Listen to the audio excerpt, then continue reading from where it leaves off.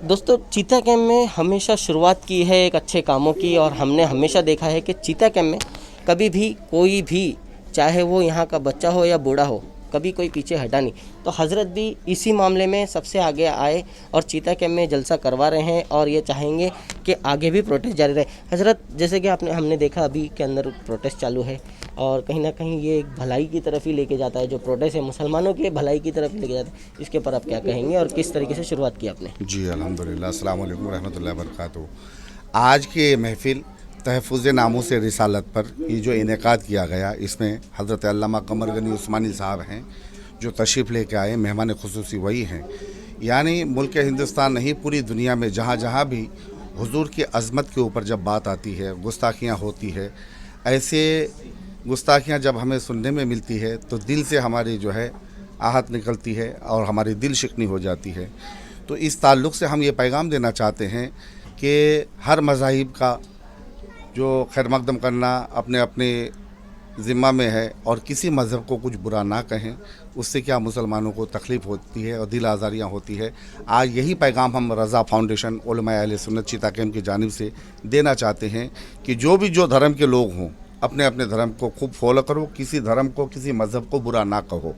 ये पैगाम हम देना चाहते हैं रज़ा फाउंडेशन की जानिब से। हजरत, आपका स्वागत है। सबसे पहले तो जैसे हमने देखा आप लोगों को अभी कि आप लोग एक महफिल बनाए हुए हैं, और उसको प्रोटेस्ट के ज़रिए आप अपनी जो ज़बानी है वो बयान कर रहे हैं कि जो सऊदी में हो रहा है और जो हमारे देश में हो रहा है, हमारे ही खिलाफ हो रहा है, उसके ऊपर जो इतना मसला चल रहा है, तो आप इसको किस लेवल पे लेके जाएंगे और किस तरीके से प्रोटेस्ट करने का आपने सोचा है? बिस्मिल्लाहिर्रहमानिर्रहीम। देखें, एक है इंटरनेशनल इशू और एक है नेशनल इशू। तो इंटरनेशनल इशू में जो सऊदी गवर्नमेंट जो कुछ कर रही है, ये जो कर रही है, सिनेमा खोल रही है, ये बहुत कम है। इससे बहुत बड़े बड़े हादसात वो कर चुकी है। सहाबाए कराम, अहले बैत अतहार की कब्रों को मिस्मार करना और न जाने क्या क्या वो करते रहते हैं।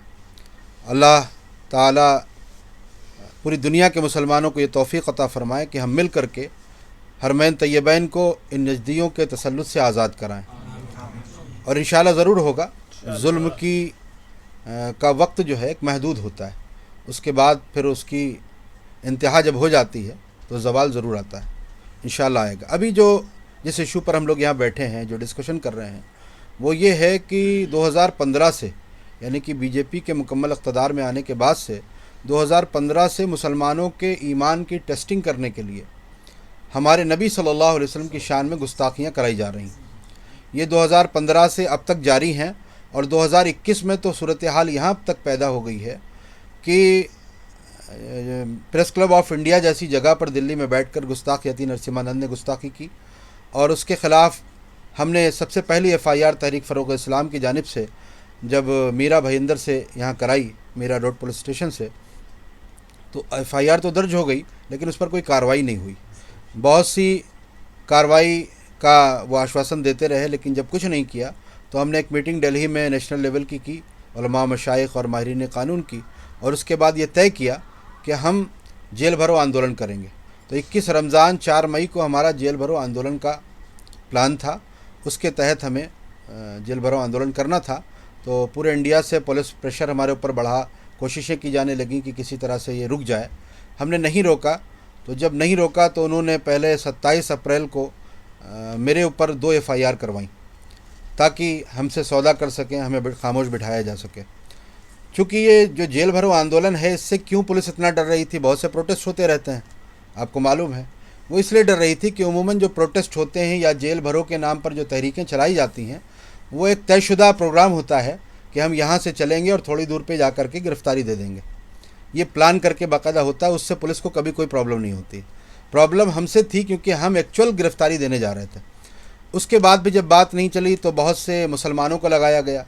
खुद इस मुंबई की सरज़मीन से कुछ लोगों को, कुछ मुसलमानों को लगाया गया कि वो हम लोगों को फ़ोन करके गालियाँ देना, बदतमीज़ियाँ करना, इस तरह की हरकतें शुरू हुई। अल्लाह उन्हें हिदायत अता फ़रमाए। कम से कम अपने नबी की क्या कलमा पढ़ते हैं तो यही शर्मानी चाहिए उन लोगों को। अल्लाह उन्हें तौफ़ीक़ दे। बहरहाल हुकूमत ये सारे हथकंडे अपनाती है। हमारे ही सामने हमारी शक्ल के लोग खड़े किए जाते हैं ताकि हमारे मिशन को जो है वो ठंडा कर सकें। तो अब हम 8 अगस्त को, उसके बाद जब महाराष्ट्र गवर्नमेंट ने हमें 3 मई को ये आश्वासन दिया कि हम 15-20 दिन का टाइम दीजिए, हम कार्रवाई करेंगे, आप अभी इसको मुलतवी कर दीजिए। तो उनके एक आश्वासन पे कि चलो भाई ये कुछ काम करेंगे, हमने उसको मुलतवी किया। लेकिन 3 महीने से ज़्यादा गुजर गया, उन्होंने कोई कार्रवाई नहीं की। हमने उनसे कांटेक्ट भी किया यहाँ के एडमिनिस्ट्रेशन से, लेकिन कोई हमें सपोर्ट नहीं मिला। इसी बीच में 8 अगस्त को दिल्ली के जंतर मंतर पर एक लोगों को भीड़ इकट्ठा की गई, तकरीबन 5-6 हज़ार लोगों को, और वो इकट्ठा होकर के वहाँ पर मुल्ले काटे जाएंगे, राम राम चिल्लाएंगे का नारा लगाया गया। उसके साथ साथ अल्लाह के शान में गुस्ताखी की गई, माज़ अल्लाह ताला। तो हमारे अब हमें चैन व सुकून हमारा जो पहले से ही हमारा ख़त्म था, मज़ीद और हमारे अंदर एक शिद्दत का एहसास हुआ, और हमने 24 अगस्त को दिल्ली की सरज़मीन पर उसी जंतर मंतर पर अल्हम्दुलिल्लाह प्रोटेस्ट करने का ऐलान किया। फिर पुलिस ने हम पर प्रेशर बनाया। 23 तारीख को हमारे ऑफिस आकर के हमको बहुत हरासमेंट करने की कोशिश की, लेकिन हमने साफ साफ कहा कि हमारे नबी की अज़मत का मामला है, हम किसी भी सिचुएशन में तैयार नहीं हैं, हम जाएंगे, हमने कॉल दी है तो हम वहाँ पहुँचेंगे। फिर रात में प्लान कर लिया गया हमारे ऑफिस को। और एक बात ये भी बता दूँ कि पुलिस ऐसी है कि जब इसको कुछ रास्ता नहीं बनता तो ये दूसरे हथकंडे अपनाती है। जब वो हमसे जीत नहीं सके, हमें ठंडा नहीं कर सके, तो फिर उन्होंने हमारा हेड ऑफिस जो ओखला में था दिल्ली में, उसको वहाँ बंद कराने की कोशिश की, हमारे ऑनर को परेशान किया। नतीजतन हमने उसे खाली करना पड़ा, ऑफिस को हमने खाली किया। अभी दूसरी जगह पर हमारा ऑफिस है।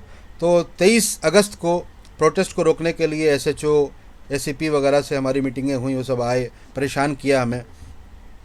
हमने साफ साफ एक ही बात कही कि हम तो जाएंगे।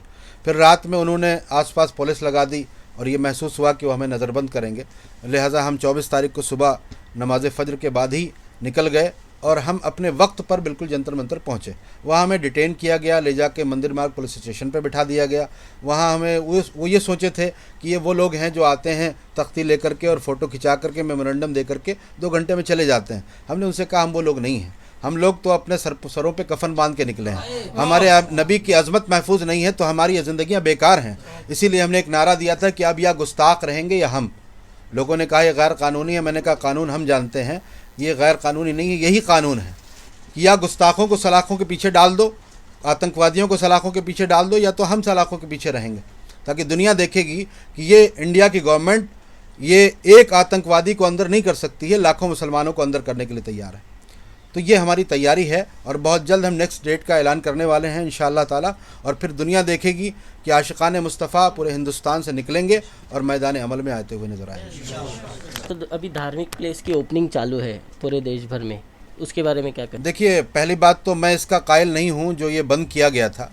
ये बहुत एक सियासत है इसके पीछे, बड़ी गहरी साजिश है इसके पीछे।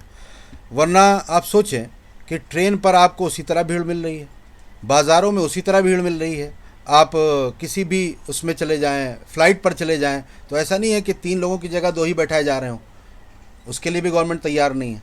सारा जो प्रॉब्लम है वो हमारी मसाजिद पर है। ये एक बहुत साजिश का हिस्सा है, इसे हम नाकाम करेंगे इंशाअल्लाह ताला।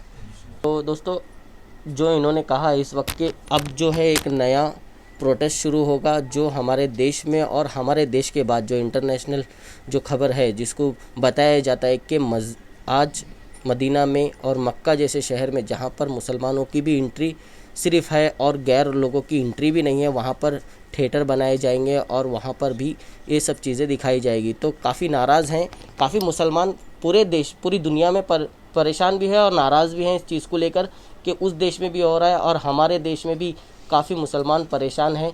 तो हज़रत ने उठाया है पहला मुद्दा, तो देखिए कहाँ तक आगे बढ़ती है स्टोरी और कहाँ कहाँ पर जाती है। दोस्तों, हम इस वक्त रज़ा फाउंडेशन के ज़रिए आप तक ये खबर पहुंचाने की कोशिश कर रहे हैं, क्योंकि इस वक्त जो ये महफिल जमी है रज़ा फाउंडेशन के उधर ही जमी है। तो दोस्तों, आगे जो भी ऐसी खबर होगी हम आप तक ज़रूर पहुंचाने की पूरी कोशिश करेंगे। धन्यवाद।